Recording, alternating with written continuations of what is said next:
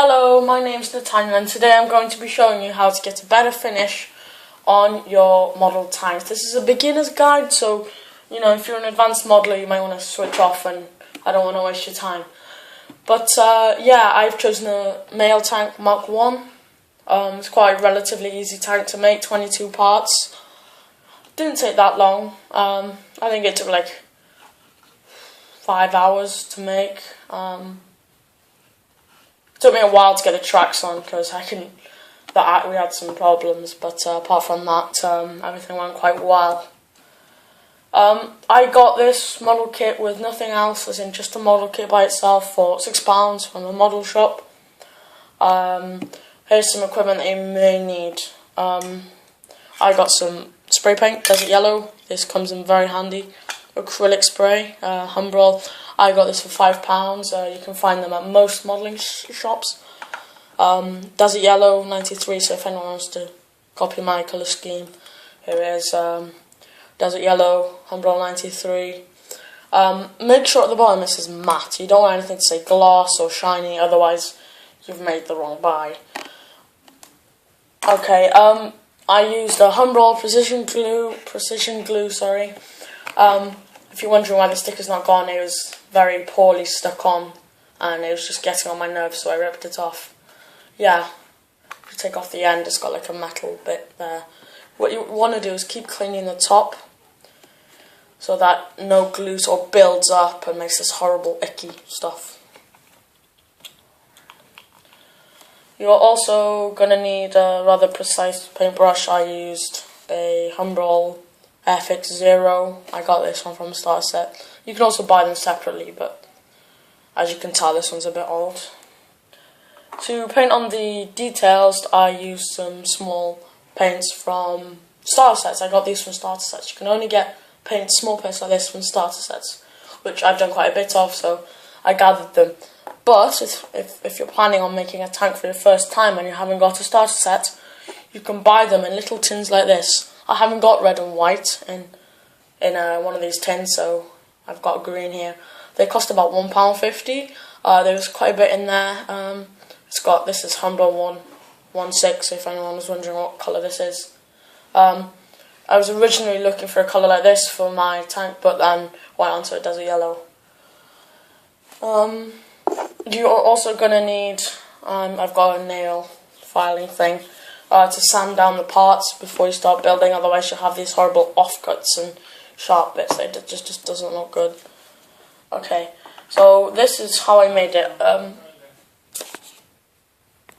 Okay, so the first thing you want to do in the building process is sand everything down. Take all the parts off, put them in a bowl and sand them down nicely so they're nice and smooth, no ridges, something, so you can get a more realistic look.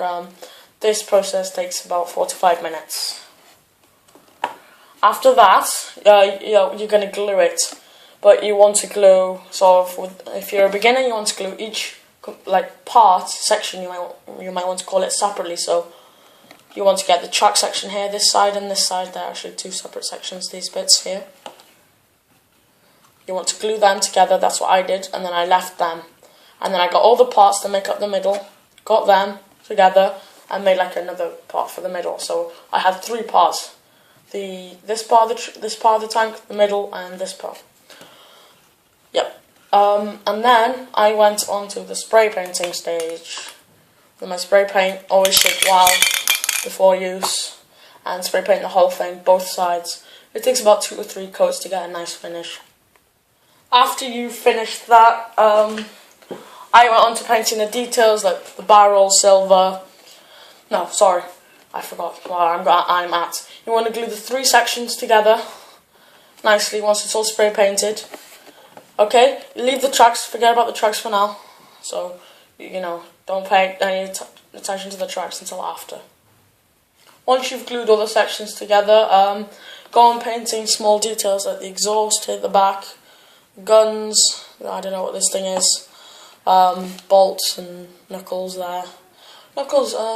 Hinges, sorry. I don't know, some kind of spring piston in there, I don't know if you can see that. Yeah. once you've done that, oh, and including this here, I had to paint this on, as this does not come as like a sticker or a decal.